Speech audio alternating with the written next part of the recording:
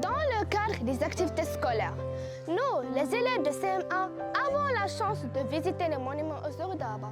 Cette sortie éducative va nous permettre de découvrir le patrimoine culturel et historique de la capitale. Notre visite sera débutée par Challa, la Tour Hassan, y compris le mosquée Mohammed Sak et le Udayon. Présentation de la ville. Bonjour à tous. Aujourd'hui, nous allons vous présenter la ville de Rabat. Rabat est la capitale du Maroc. C'est une ville riche en histoire, en culture et en monuments. Elle est située au bord de l'océan Atlantique. Fondation de Rabat. Rabat a été fondée au IIe siècle par les Umayyads. À cette époque, la ville était une forteresse appelée Ribat al-Fazil, ce qui signifie le camp de la victoire, et servait à défendre la région. Célèbre pour sa nécropole méridienne du XIVe siècle. Située sur le Bourguer, elle est classée au patrimoine mondial de l'UNESCO depuis 2012.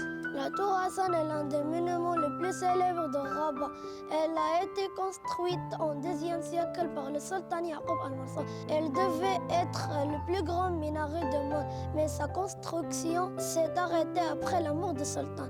La tour mesure aujourd'hui 4 mètres de hauteur.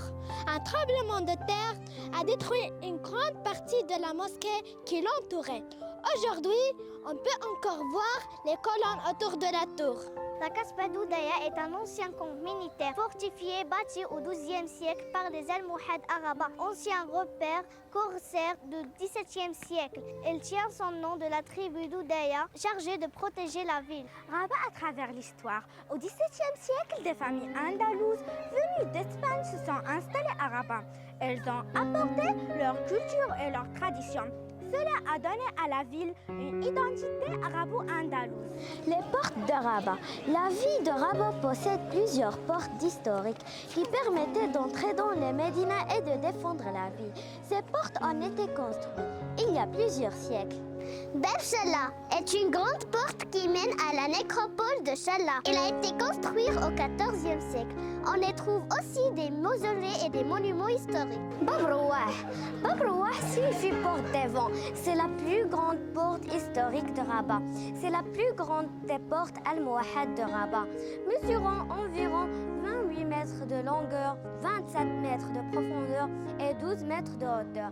Elle est très importante pour la défense de la ville. Bab Rouah signifie la petite porte. Elle a été construite au XVIIe siècle par les Maurices. Située au bout de la rue Sidi Fatih, cette structure modeste encadrée de 2 tours. Elle a été reconstituée au XIXe siècle.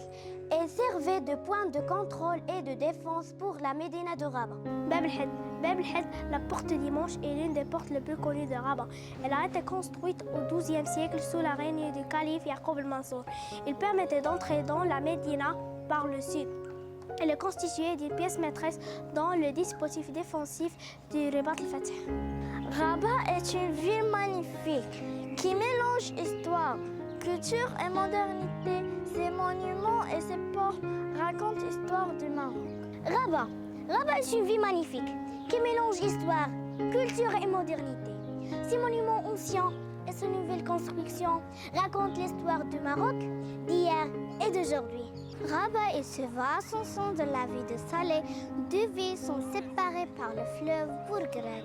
Ils forment une grande région historique, culturelle. La tour Mohammed VI.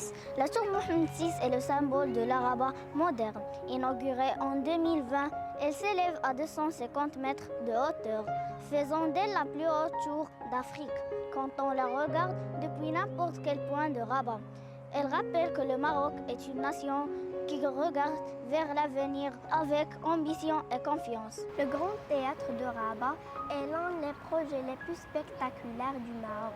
Conçu par l'architecte Zaha Hadid, il est une véritable œuvre d'art avant même d'accueillir le moindre spectacle. Son architecture unique s'inspire des vagues de l'océan Atlantique et de dunes du désert marocain. Elle est l'un des plus beaux bâtiments culturels du monde. Cette sortie a été à la fois éducative et enrichissante. Nous avons beaucoup appris tout en passant un moment agréable avec nos camarades et nos professeurs. Une expérience qui restera gravée dans notre mémoire.